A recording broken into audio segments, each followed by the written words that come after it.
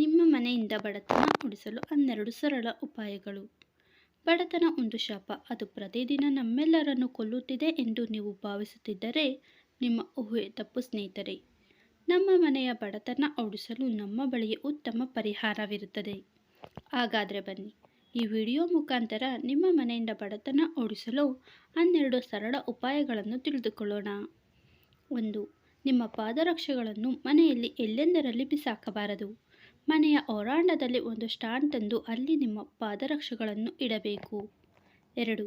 ಮನೆಯಲ್ಲಿ ಪೊರಕೆ ಎಲ್ಲೆಂದರಲ್ಲಿ ಬಿಸಾಕಬಾರದು ಮತ್ತು ಅದರ ಮೇಲೆ ಕಾಲು ಇಡಬಾರದು.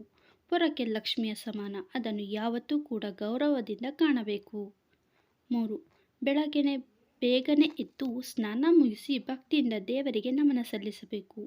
ನಮ್ಮ ಎಲ್ಲ ಕಷ್ಟಗಳನ್ನು ನಿವಾರಣೆ ಮಾಡಿ ಜಗತ್ತಿನ ಎಲ್ಲ ಜನರಿಗೂ ಕೂಡ ಒಳ್ಳೆಯದಾಗಲಿ ಅಂತ ಕೇಳಿಕೊಳ್ಳಬೇಕು. 4. ಪೂಜೆ ಮಾಡುವಾಗ ಮಣೆಯ ಮೇಲೆ ಕುಳಿತುಕೊಳ್ಳಬೇಕು. ನೆಲದ ಮೇಲೆ ಒಂದು ಬಟ್ಟೆ ಅಥವಾ ಮಣೆಯನ್ನು ಹಾಕಿಕೊಂಡು ಕುಳಿತುಕೊಂಡು ದೇವರಿಗೆ ಭಕ್ತಿಯಿಂದ ಪೂಜೆ ಸಲ್ಲಿಸಬೇಕು. 5. ಸ್ನೇಹಿತರೆ, ವಾಸ್ತುಶಾಸ್ತ್ರದ ಪ್ರಕಾರ ಮನೆಯಲ್ಲಿ ಒಡೆದ ಕನ್ನಡಿಯನ್ನು ಯಾವುದೇ ಕಾರಣಕ್ಕೂ ಇಡುವುದಕ್ಕೆ ಹೋಗಬೇಡಿ. ಇದು ದರಿದ್ರ ಮನೆಯ ಲಕ್ಷಣ ಅಂತ ಭಾವಿಸಲಾಗುತ್ತದೆ. ಒಡೆದ ಕನ್ನಡಿ ಮನೆಯಲ್ಲಿದ್ದರೆ ಆ ಮನೆಯ ಏಳಿಗೆ ಸಾಧ್ಯವಿಲ್ಲ. 6. ಮನೆಯ ಹೊಸ್ತಿಲಿನ ಮೇಲೆ ಯಾವತ್ತೂ ಕೂಡ ಕುಳಿತುಕೊಳ್ಳಬಾರದು. ನಾವು ಮನೆಯ ಹೊಸ್ತಿಲಿನ ಮೇಲೆ ಕುಳಿತುಕೊಳ್ಳುವುದು ಮತ್ತು ನಿಲ್ಲುವುದಾಗಲಿ ಮಾಡುತ್ತಾ ಇದ್ದರೆ ಅದನ್ನು ಇಂದಿನಿಂದಲೇ ನಿಲ್ಲಿಸಿಬಿಡಿ. 7. ಮನೆಯಿಂದ ಯಾವುದೇ ಕೆಲಸಕ್ಕೆ ಹೊರಡುವಾಗ ಮೊದಲು ದೇವರಿಗೆ ನಮನ ಸಲ್ಲಿಸಿ ನಂತರ ಹಿರಿಯರ ಕಾಲಿಗೆ ಬಿದ್ದು ನಮಸ್ಕಾರ ಮಾಡಿ ಆಮೇಲೆ ಹೊರಡಿ. ಹೀಗೆ ಮಾಡುವುದರಿಂದ ನಿಮ್ಮ ಎಲ್ಲ ಕೆಲಸಗಳು ಸಿದ್ಧಿಸುತ್ತವೆ. 8.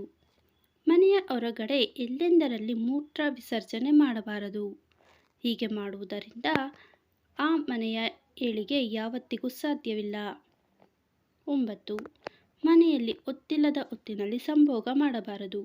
ಬೆಳಗಿನ ಸಮಯದಲ್ಲಂತೂ ಸಂಭೋಗದಲ್ಲಿ ಭಾಗಿಯಾಗಲೇಬಾರದು. ಇದು ನಿಮ್ಮ ಮನೆಗೆ ಅದೃಷ್ಟ ತರುವುದಿಲ್ಲ. 10.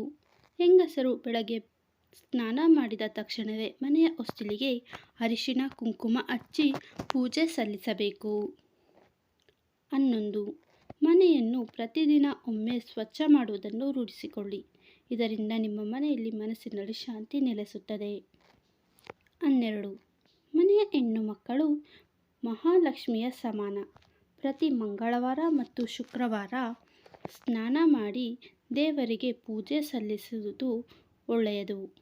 ಸ್ನೇಹಿತರೆ, ನಾವು ಹೇಳಿರುವ ಸರಳ ಉಪಾಯಗಳನ್ನು ನೀವು ಪಾಲಿಸಿದರೆ ನಿಮ್ಮ ಮನೆಯ ಬಡತನ ಶಾಶ್ವತವಾಗಿ ನಿರ್ಮೂಲನೆ ಆಗುವುದು.